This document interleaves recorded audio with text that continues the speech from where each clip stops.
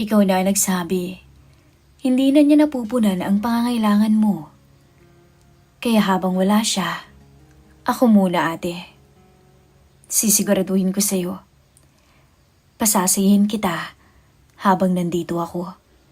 At hinding-hindi mo yun makakalimutan. Dear Miss Love, ako po si Darren. 19 years old pa lamang. Bunso ako sa aming tatlong magkakapatid. Alam kong bagets pa ako kung titingnan. Pero alam ko sa sarili kong sigurado ako sa mga bagay-bagay. Isa na roon ang lihim kong paghanga kay Ate Rosel, ang asawa ng Kuya Dino ko. Oo, mali, alam ko. Pero simula pa lang nung una kong makita si Ate Rosel, natulala na ako. Hindi lang dahil maganda siya, kundi dahil may aura siya na hindi ko maipaliwanag. Maputi, mainhin at may dating.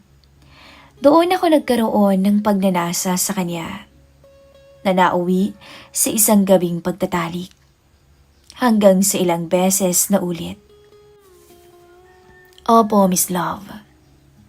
Habang wala si Kuya, ako ang nakakasalo ni ate sa kama. Ngayong bakasyon ko, dahil walang masyadong ginagawa sa probinsya, nagpunta ako sa kanila. At hindi ko sukat akalain na doon mangyayari ang matagal ko ng pantasya. Si Kuya Dino, 31 anyos, abala sa trabaho, engineer, laging nasa site, minsan umaabot pa ng buong magdamag bago umuwi. Kaya halos si Ate Rosel lang ang madalas kong kasama sa bahay. Wala pa silang anak, hindi ko lang alam kung bakit. Noong una, medyo naiilang ako. Sila lang kasing dalawa ang magkasama dati tapos bigla akong makikitira.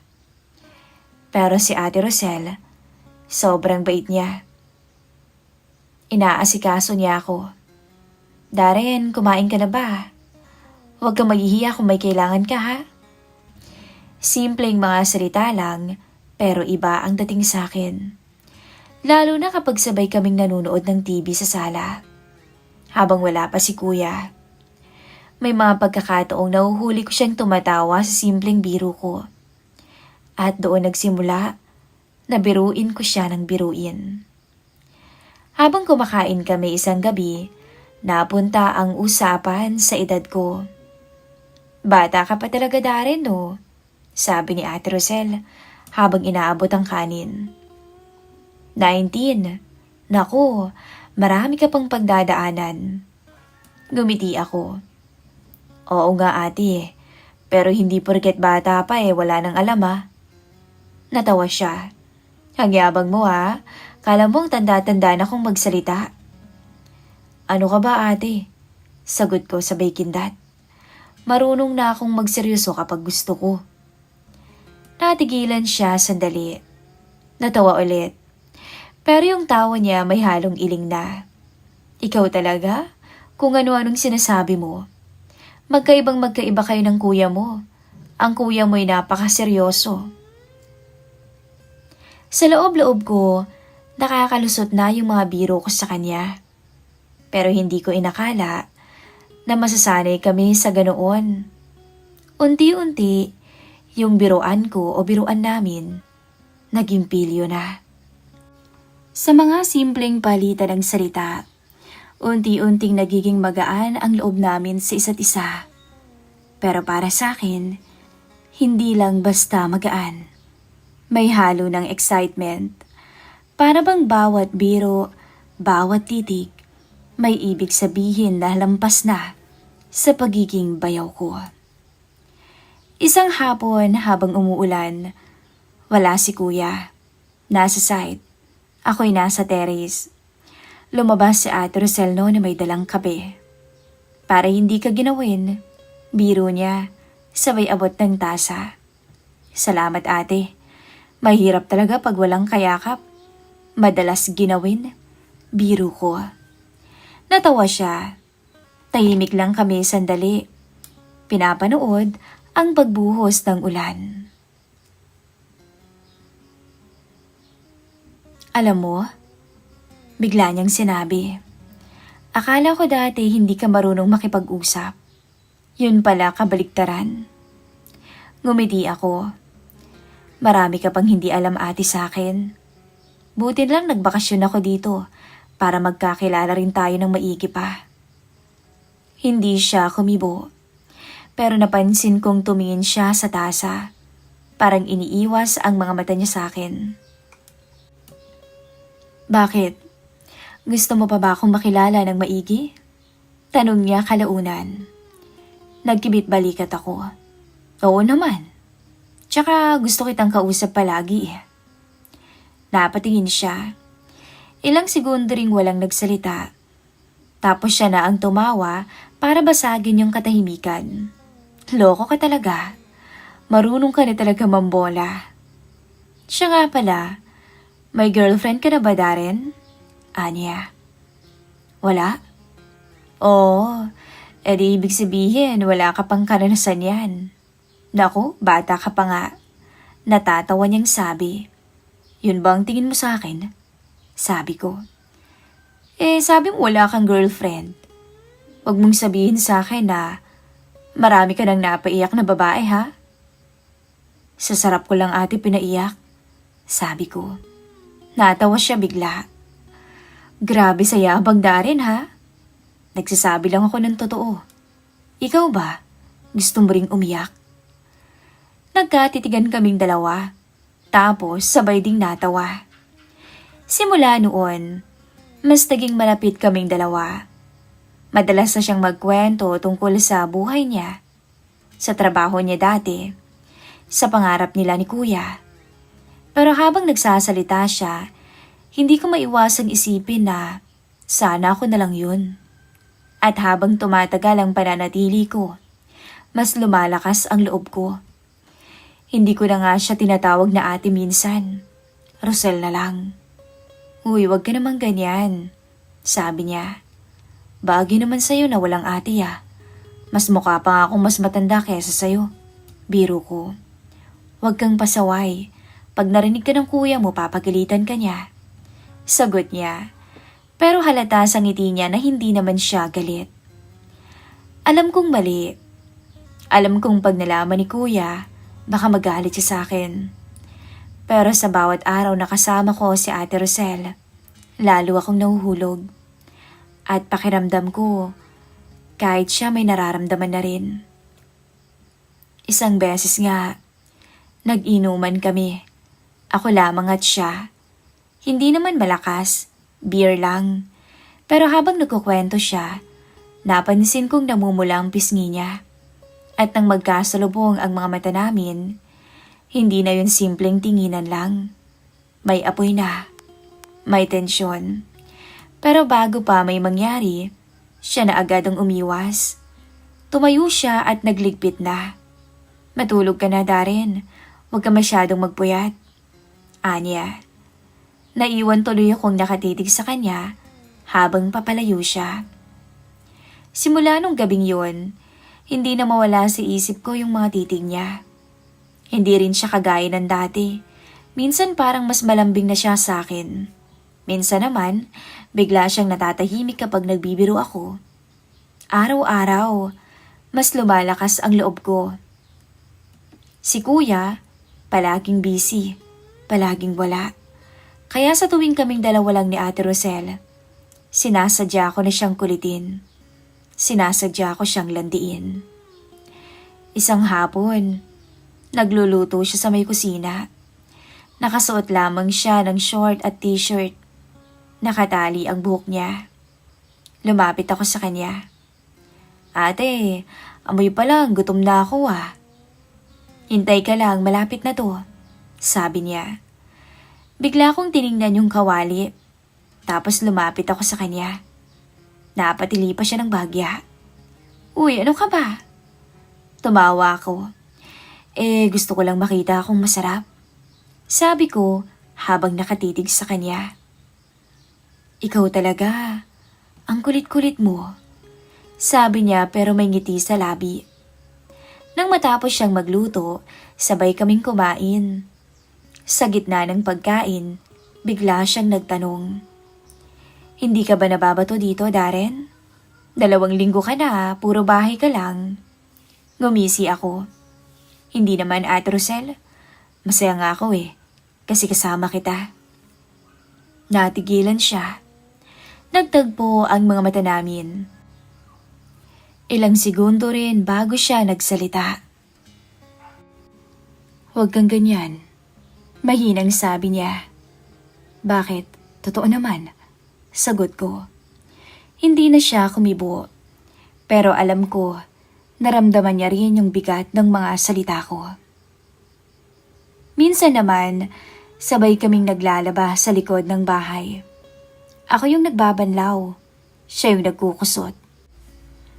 Habang nakayuko siya, hindi ko maiwasang mapatingin. Ang ganda ng katawan niya kahit simpleng kilos lang. Ate, ang sipag-sipag mo talaga. Bilib na bilib ako sa'yo. Sabi ko. Ngumiti siya nang hindi tumitingin. Siyempre, wala namang ibang tutulong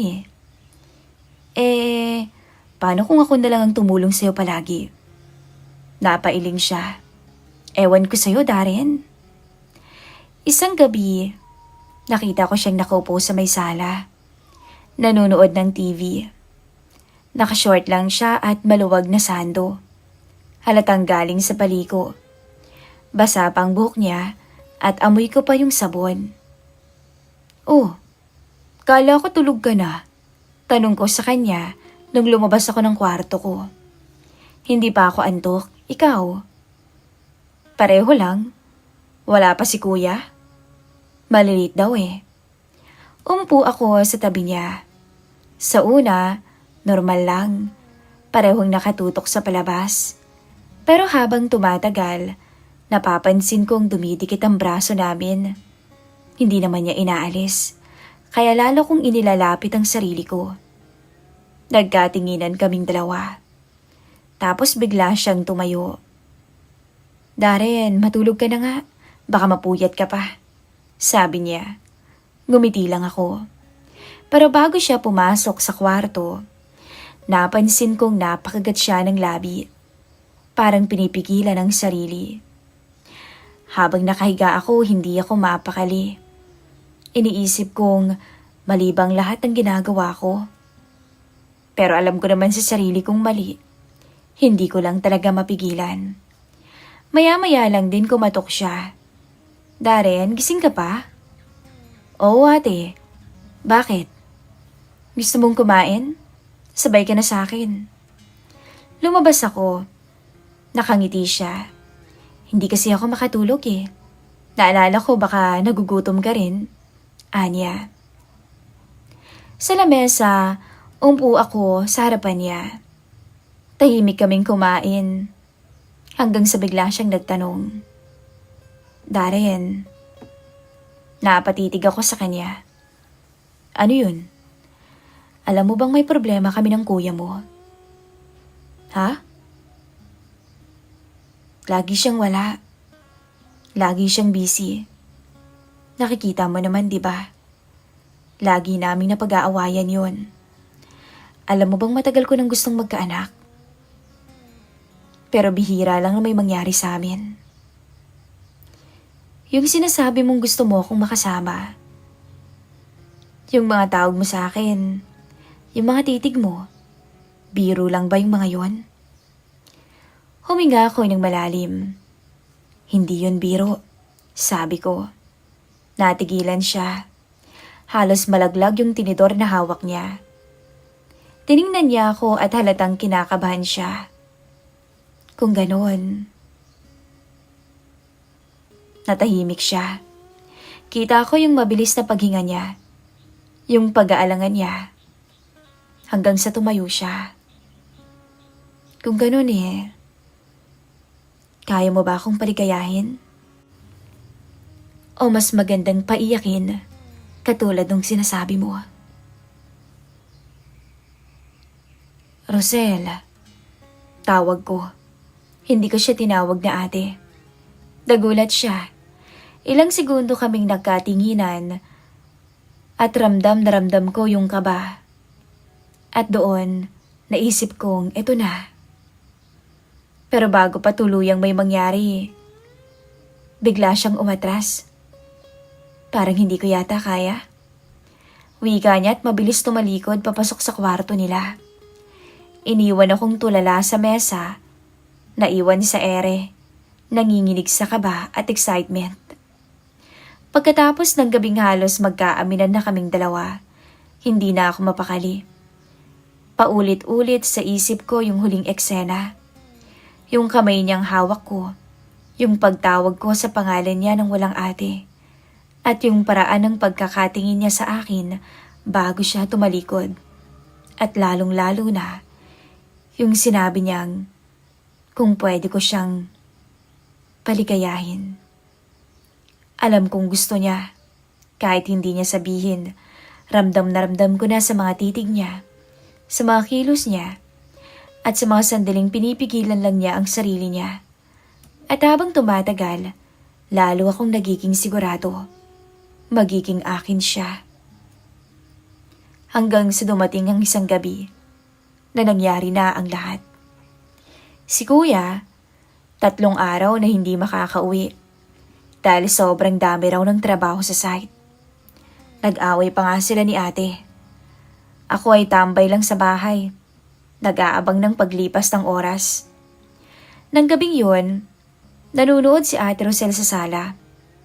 Kakalabas ko lang doon ng banyo. Naka-short at puting sando lang. Umupo ako sa tabi niya. Ayos lang naman, normal lang, pareho kaming tutok sa palabas. Hanggang sa bigla akong naisip, ito na yata yung tamang pagkakataon. Rosel, tawag ko. Hindi ko ulit nilagyan ng ate. Lumingon siya. Ano? Rosel, ulit ko ulit sa mas mababang boses. Pwede bang wag na tayong magkulukuhan na dalawa? Sabi ko. Napatitig siya sa akin. Kita ako sa mga mata niya yung kaba, pero hindi siya sumagot. Darren, pinipilit kong pigilan ang sarili ko. Mahina niyang sabi. Pero hindi mo kaya. Hindi mo kakayanin yan. Sagot ko. Pasensya ka na. Sa araw-araw kitang kasama. Araw-araw ko rin pinipigilan ang sarili ko. Pero alam kong may nararamdaman ka rin. Pero ayokong lukohin ang kuya mo, Darren. Huminga siya ng malalim. Iniiwas ang tingin sa akin. Tahimik lamang ako. Tanging tunog lamang ng TV yung maririnig. Hanggang sa unti-unti kong inilapit ang mukha ko sa kanya. Pero hindi gumalaw si Ate Rosel. Ramdam ko yung tibok ng puso niya. At sa isang iglap, naglapat ang labi naming dalawa. Parang sumabog ang mundo ko. Mainit, matamis, at punong-puno ng kaba. Hindi siya agad gumanti. Pero hindi rin siya tumulak. Nung tumagal, dahan-dahan niyang sinara ang mga mata niya hanggang sa gumanti na siya ng halik. Sa loob-loob ko, tapos na. Wala nang atrasan. Niyakap ko siya ng mahigpit. Ramdam ko ang init ng katawan niya. Ang amoy niya. Hindi ko alam kung gaano katagal yung halikan naming dalawa, pero pakiramdam ko oras na ang lumipas. Bigla siyang kumalas. Darren, tama na. Hindi pwede. Hinawakan ko ang kamay niya. Pero gusto mo. Ramdam kong gusto mo. Kaya wag ka nang tumanggi. Wag mo nang pigilan ang sarili mo. Wala naman si kuya eh. Hindi naman niya malalaman. Akong bahala sa'yo. Hindi na siya sumagot. Pero hindi rin niya binawi ang kamay niya. Nagkatinginan kami at parehong nanginginig. Tapos dahan-dahan ko siya ulit hinila papalapit. At sa ikalawang pagkakataon, naglapat ulit ang labi naming dalawa. Mas mariin na ngayon at mas totoo. Huminga siya ng malalim sa pagitan ng halik. Si Dino. Wala naman siya, Ate Rosel. Huwag mo muna siyang isipin. Alam mo namang abala siya, hindi ba? Sagot ko na halos pabulong. Ikaw na ang nagsabi. Hindi na niya napupunan ang pangangailangan mo. Kaya habang wala siya, ako muna. Ako muna ang magiging asawa mo. At sisiguraduhin ko sa'yo, pasasayin kita habang nandito ako. At hinding-hindi mo yun makakalimutan. Doon ko naramdaman na tuluyan na siyang bumigay. Gumanti na siya, mas mapusok. Nawala na ang lahat ng pag-aalinlangan niya. Nung mga sandaling yun, wala na kaming ibang inisip, kundi ang isa't isa. Mabilis kong inihiga siya sa may carpet. Naglaglagan na nga ang mga gamit sa mesa. Hindi ko na alintana kung may mabasag nang itulak ko yung mesa. Hanggang sa tuluyan kong makalas ang lahat sa kanya. Hindi ko sukat akalain na mangyayari to. Ang babaeng matagal ko nang iniisip, ngayon ay mapapasa akin na. Sinulit ko ang bawat minuto na wala si kuya. Nawala ang konsensya ko. Ang mahalaga sa akin ngayon, natikman ko ang asawa niya. Pagkatapos, pareho kaming tahimik. Nakahiga siya sa dibdib ko, hingal na hingal habang nakayakap. Walang nagsasalita at tanging paghinga lamang ang maririnig. Ako na ang bumasag ng katahimikan. Hindi ako nagsisisi, Ate Rosel. Nag-angat siya ng tingin, halatang may luha sa mga mata. Pero natatakot ako, Darren. Hinawakan ko ang pisngi niya. Huwag kang matakot. Wala namang makakaalam. Sikreto natin tong dalawa. Niyakap niya ako ng mahigpit. Para bang sa kabila ng lahat ng pagkakamali, doon siya nakahanap ng init na matagal na niyang hinahanap. Kinabukasan, parang walang nangyari. Normal lang siyang nagluto ng almusal. At kumain kami. Pero tuwing magtatama ang mga mata namin, may kakaiba. Hindi na yun simpleng ate na inaasikaso ako. Siya na yung babaeng lihim kong minahal. At kagabi, minahal din ako pabalik. At sa isip ko, alam kong ito pa lang ang simula.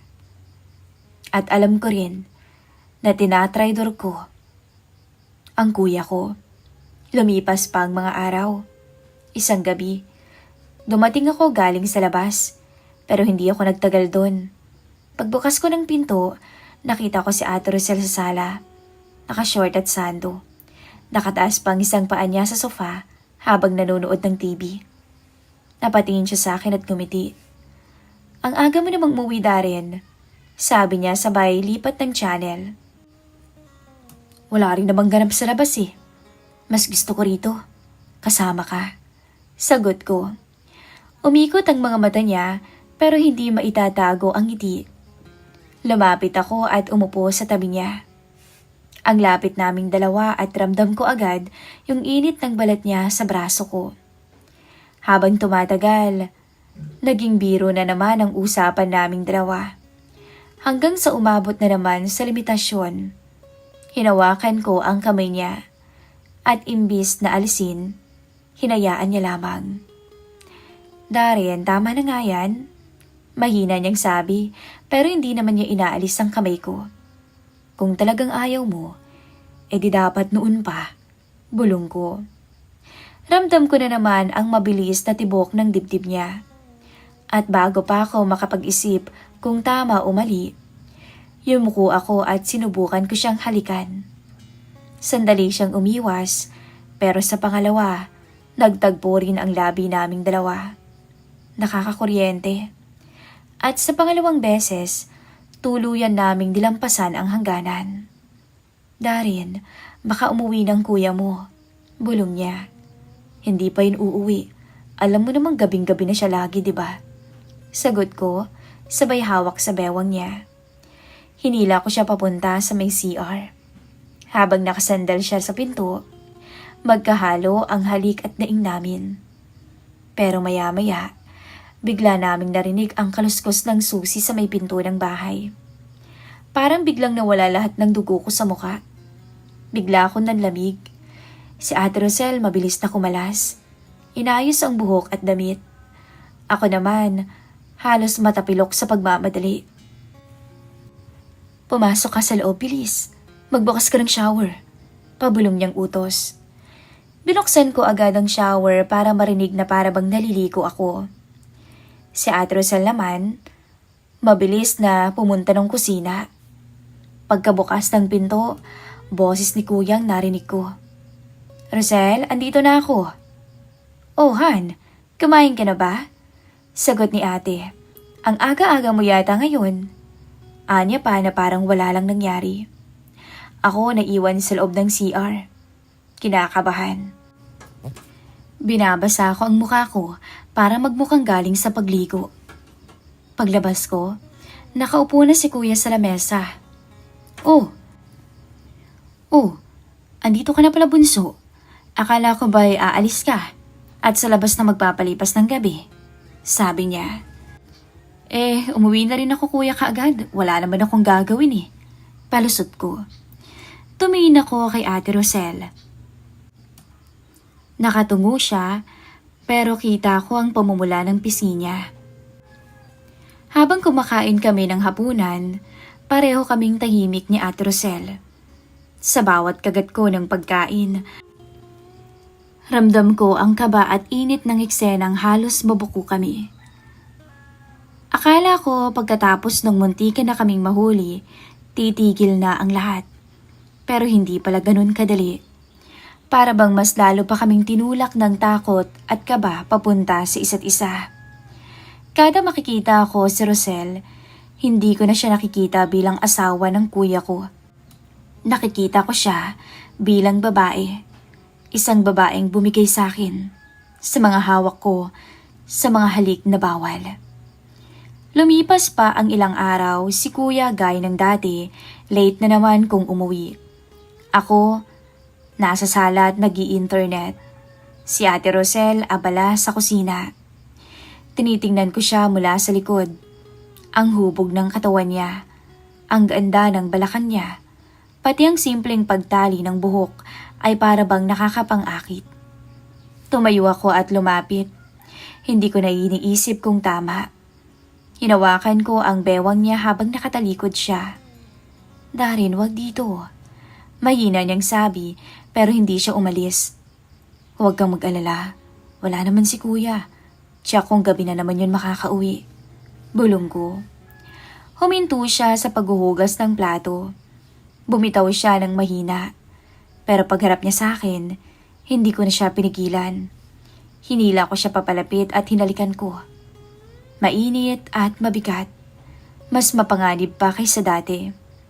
Darin, huling beses na to ha. Last na to. Sabi niya habang naglalaban ang hininga namin. Pero alam kong pareho lang kami ng iniisip. Hindi pa dito matatapos. Hinila ko siya papunta sa kwarto ko. Ang kwartong ginagamit ko sa 2 buwang bakasyon ko.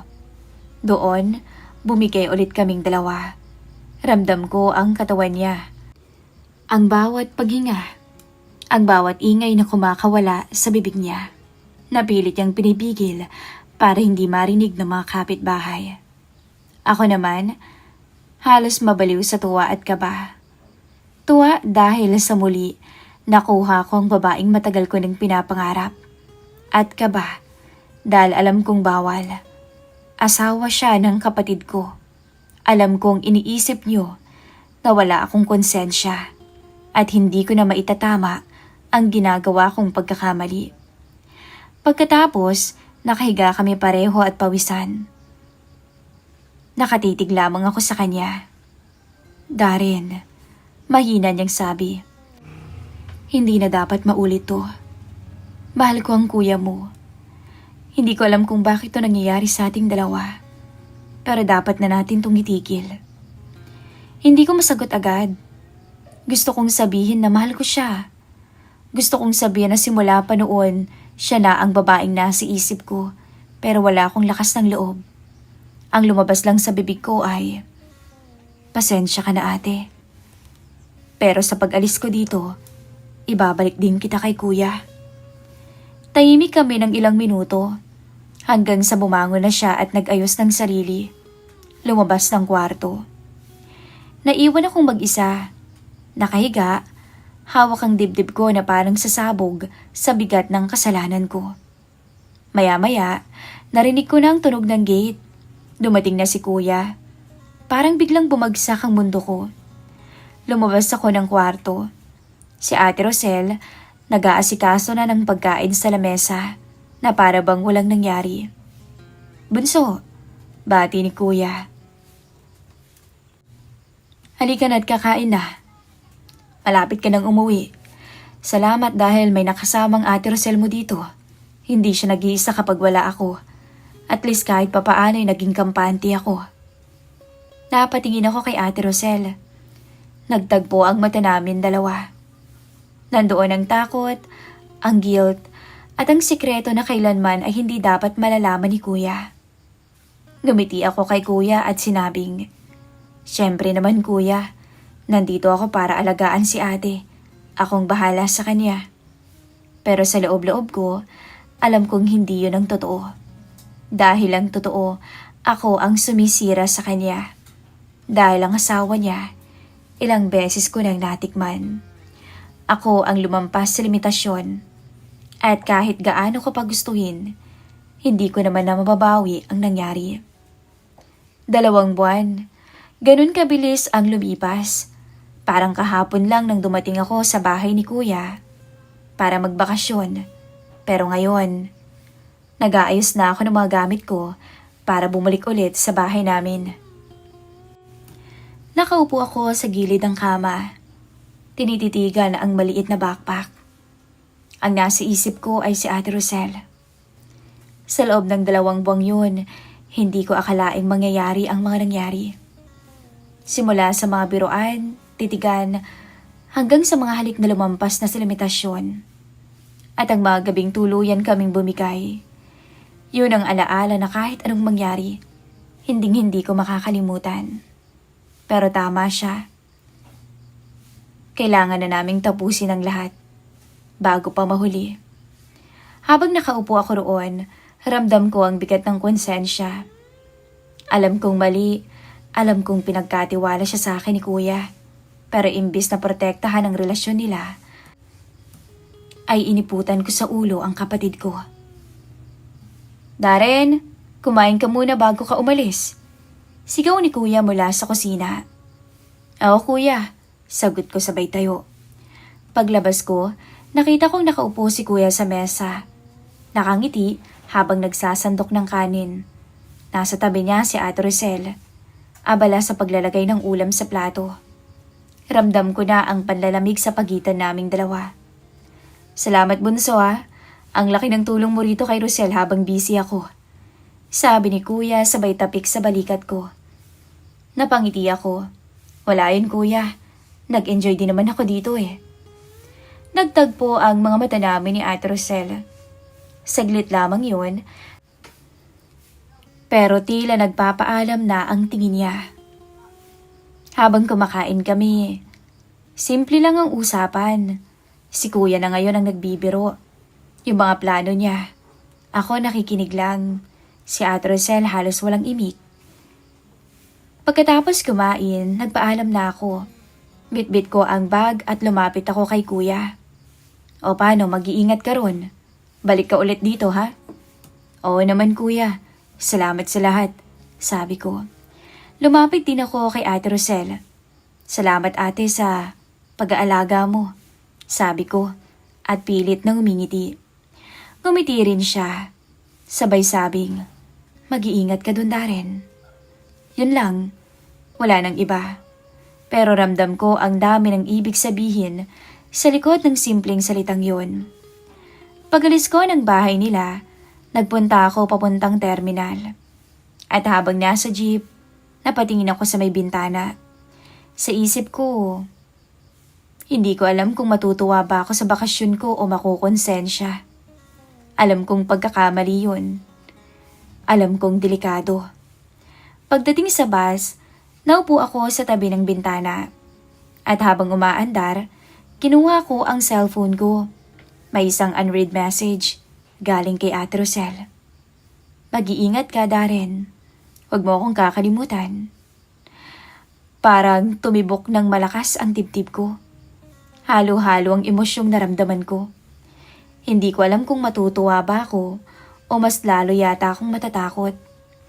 Pinikit ko ang aking mga mata. Ang tanging naisip ko, hindi pa yata tapos ang kwento naming dalawa. At sa pagbabalik ko sa kanila, alam kong may susunod pa. Hanggang dito na lamang po ang aking kwento. Ako po si Darren.